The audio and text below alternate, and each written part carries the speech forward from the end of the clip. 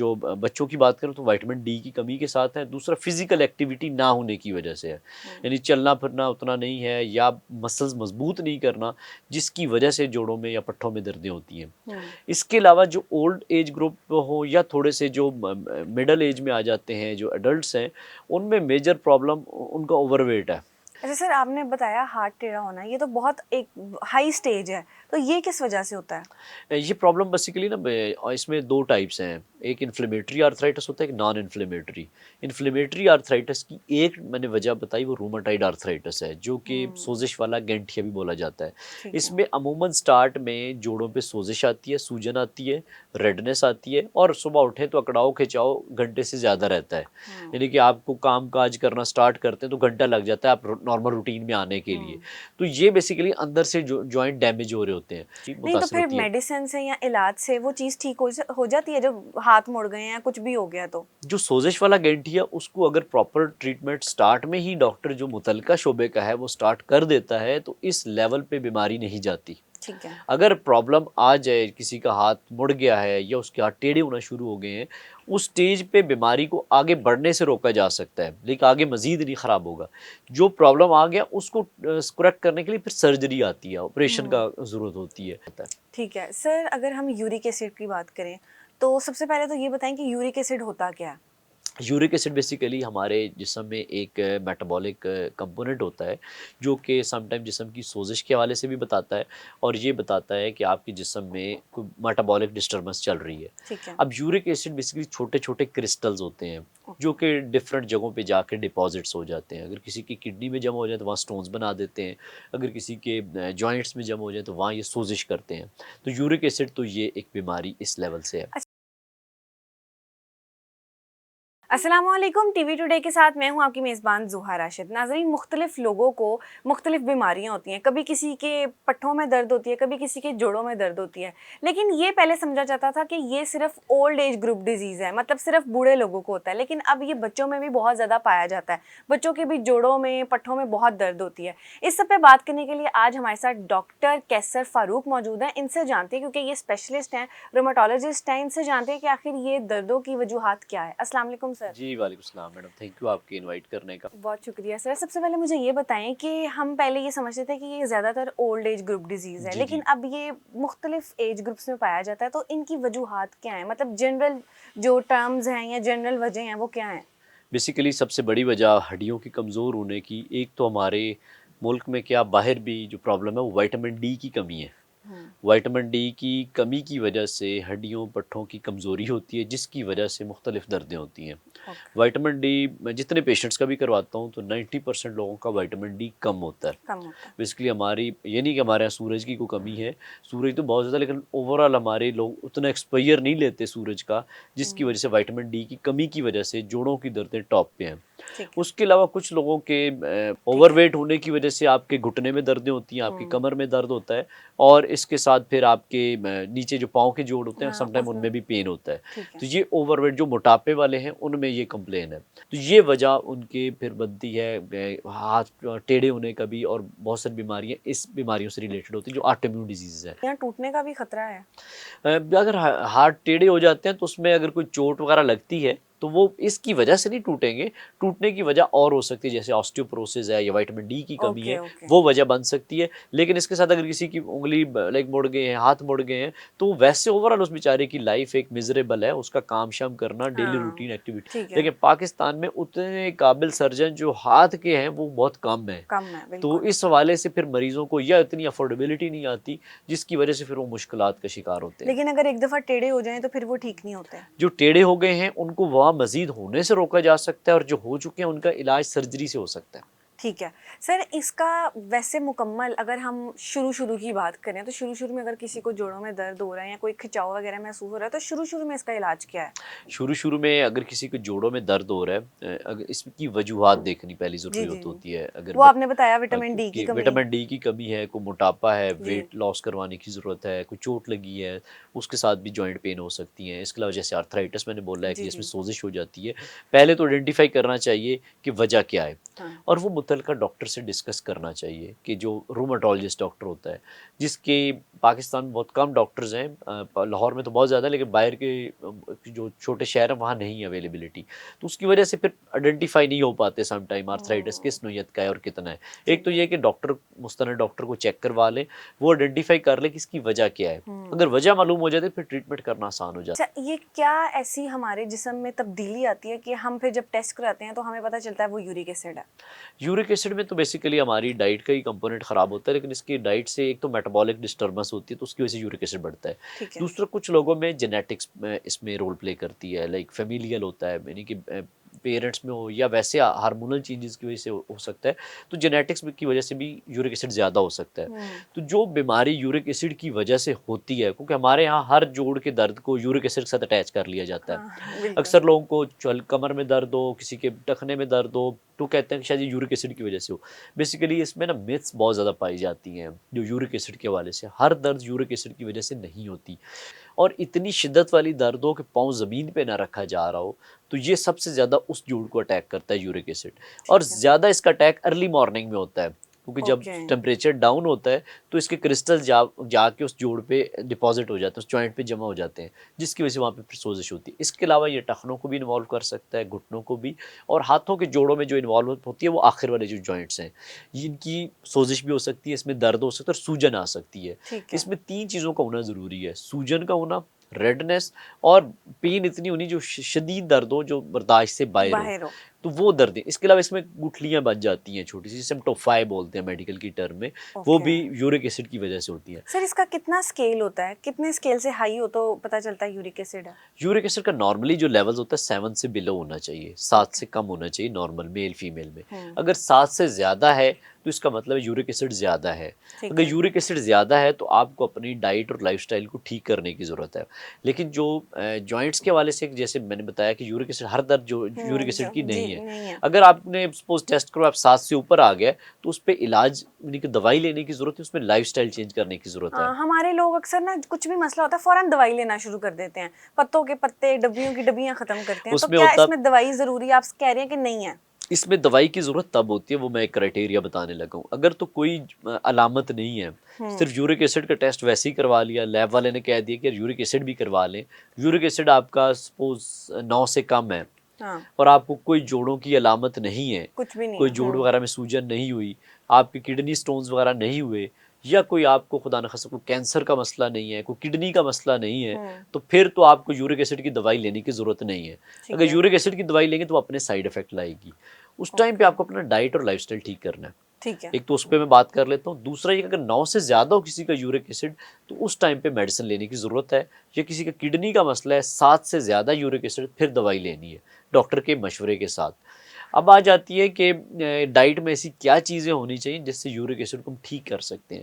Okay. लेकिन जो mail में है, क्योंकि उनमें वो वाले हार्मोन्स नहीं होते जो प्रोटेक्टिव होते हैं, तो इसलिए उनमें ये पहले भी आ सकता है। ठीक है। तो जहाँ तक बात है कि यूरिक एसिड मेल फीमेल में, तो मेल्स में इसकी रेशो ज़्यादा है। ओके। अच्छा सर, मुझे ये बताएं कि यूरिक एसिड के लिए डाइट क्या लेनी चाहिए?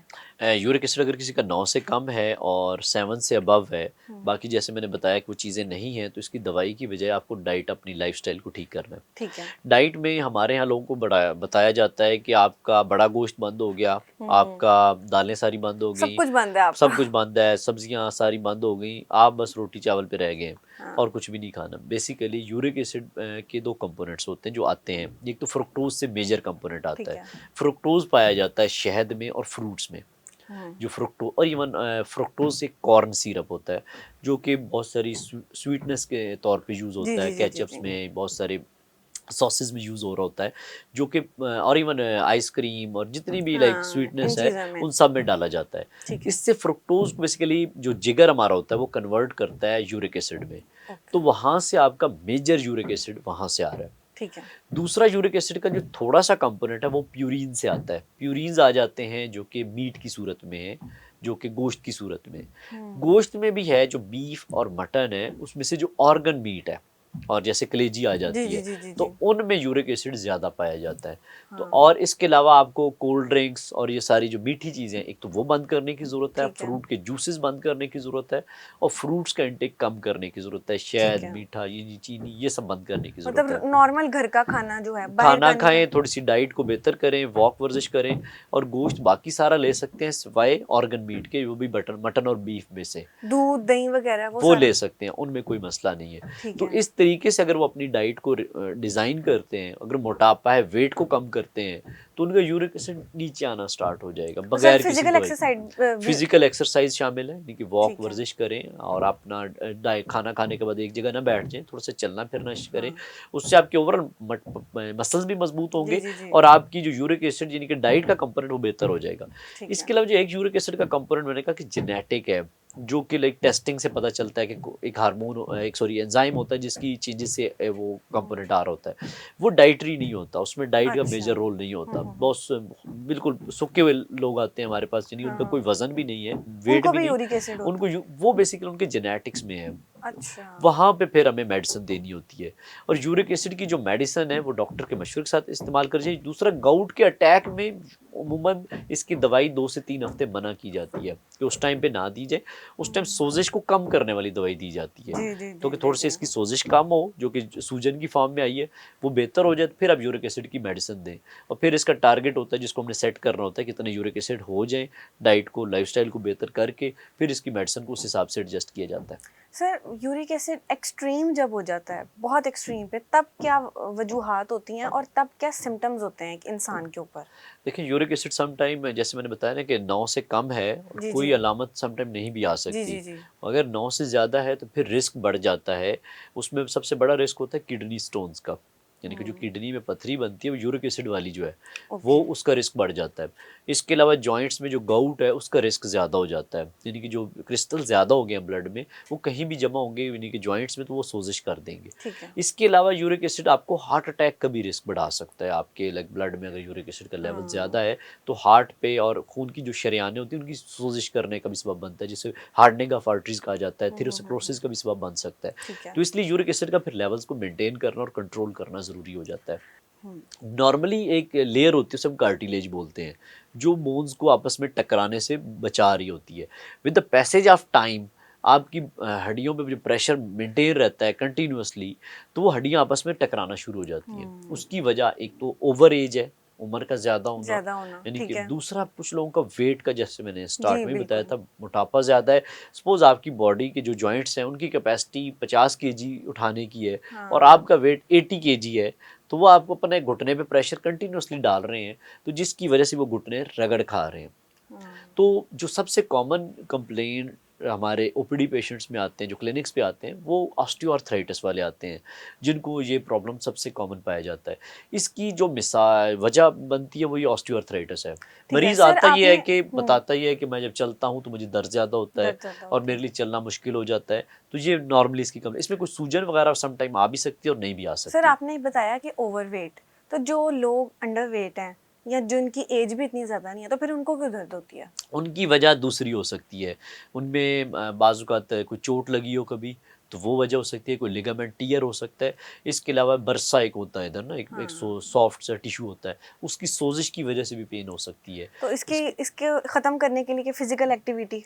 अब ऑस्टियोआर्थराइटिस को हमने जब डील करना है ना, ये जो घुटने की रगड़ खाने वाला है, तो इसके लिए एक तो अगर मोटा बंदा है तो वो उसको अपना, मोटापा हाँ, अपना कम वेट करना लूज है, करें। वेट लूज़ करना है।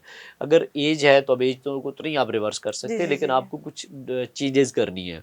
एक तो ये कि आप शू मॉडिफिकेशन करनी है, जूते अपने नरम इस्तेमाल करने हैं, हाँ। मेडिकेटेड जॉगर्स की सूरत में इस्तेमाल करें, नमाज वगैरह कुर्सी पे बैठ के अदा करें। इसके अलावा वॉशरूम में अगर कमोड का इस्तेमाल कर लें, नीचे बैठने वाला टॉयलेट हाँ, वो इस्तेमाल ना ना करें, क्योंकि करें। उससे भी रगड़ खाएंगे। सीढ़ियों को बहुत ज़्यादा ओ, चढ़ना, हाँ, ना यूज़ वो करें। यूज़ करें, क्योंकि उससे भी पेन होगा ज़्यादा। इसके अलावा कुछ ब्रेसेस होती हैं, लाइक हाँ। वो जुराब की तरह होते हैं जो कि घुटनों के ऊपर चढ़ाई जाती हैं, ठीक है। वो उनका इस्तेमाल किया जा सकता है। और इसके साथ कुछ मेडिसिन होती हैं जो हेल्प करती हैं, जो आपके कार्टिलेज को रिपेयर करने में हेल्प करती हैं। विटामिन डी, कैल्शियम, कुछ सप्लीमेंट्स यानी कि वो लेने की ज़रूरत है। और इवन इसमें कुछ इंजेक्शंस का भी इस्तेमाल किया जाता है, जो कि जेल की फॉर्म के इंजेक्शंस होते हैं, हियालुरोनिक एसिड होता है और कुछ और इसके अंदर मिक्सचर आता है, वो भी इंजेक्शन की सूरत में लगाए जाते हैं, जो कि उस रगड़ को कम करते हैं। तो ठीक है। इसकी मुख्तलिफ स्टेजेस होती हैं 1 to 4 तक। अगर आखिरी स्टेज में होता है जिसमें बोन टू बोन हो जाती है, यानी कि हड्डी से बिल्कुल, हड्डी मिल जाती है, उस स्टेज में रिप्लेसमेंट की जाती है, जो कि आर्थोपेडिक सर्जन करता है।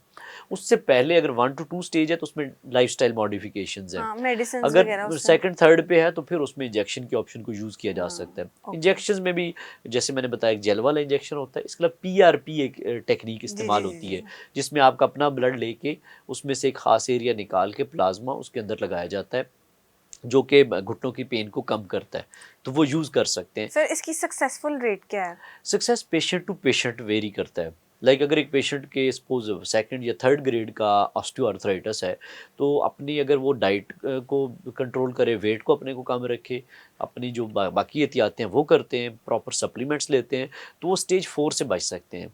स्टेज ठीक है। 4 का कि जिसमें हड्डी हड्डी टकराना स्टार्ट हो जाए, तो हुँ। उसमें तो फिर आपको ऑपरेशन की तरफ जाना पड़ता है, घुटना रिप्लेस करवाना पड़ता है। अगर आप बाकी चीज़ें ठीक कर लेते हैं, तो आप अपनी रेस्ट ऑफ लाइफ आसानी से गुजार सकते हैं, अगर आप अपनी रूटीन की चीज़ें ठीक कर लें। अगर आप अपनी रूटीन भी वही बरकरार रखते हैं, अक्सर होता ही है कि हमारे पास पेशेंट आते हैं, उनको जब हम इंजेक्शन लगाते हैं, वो ठीक हो जाते हैं। लेकिन वो फिर वही वो रूटीन। भागना-शागना फिर शुरू कर देते हैं, फिर हाँ, वो एहतियात नहीं करते। वो 3 से 6 महीने के बाद फिर उसी स्टेज पे आ जाते हैं, बल्कि एक स्टेज आगे चली जाती है। बिल्कुल। फिर उनको इवन इंजेक्शन से भी इफ़ेक्ट नहीं पड़ता। बाद में वो कहते हैं इंजेक्शन लगा था तो उसने हमें ज़्यादा ख़राब किया था। तो वो बेसिकली इंजेक्शन ने ख़राब नहीं किया था, उनकी लाइफ़स्टाइल ने ख़राब किया खराब था, किया था, जो बिल्कुल। उसमें उन्होंने एहतियातें नहीं की और अपनी बीमारी को आसान लिया। और फिर ऐसे लोग खुदा ना ख़ास्ता फिर लोगों पे बेसिकली मुताजी का सबब बन जाते हैं, जी, जी, जी, माज़ूरी की जी, जी, तरफ जी। चले जाते हैं, ऐसे ही है। जो कि चल फिर नहीं सकते। ठीक है। बहुत शुक्रिया sir, thank you so much. जी, थैंक यू तो जी। नाज़रीन हमारे साथ डॉक्टर कैसर फ़ारूक मौजूद थे और उन्होंने बताया कि जोड़ों का दर्द, पट्ठों का दर्द और घुटनों का दर्द क्यों होता है। इन्होंने सिर्फ 2 ही बातें बताई, अपना लाइफ़स्टाइल मॉडिफ़ाई करें और अपनी डाइट ठीक करें। जब आपका लाइफ़स्टाइल अच्छा होगा, आपकी डाइट अच्छी होगी तो आपको कोई भी बीमारी आपके पास नहीं आएगी और इवन कि आपको डॉक्टर के पास जाने की भी ज़रूरत नहीं पड़ेगी। इसी के साथ अपनी मेज़बान ज़ुहा को दीजिए इजाज़त। अल्लाह हाफ़िज़।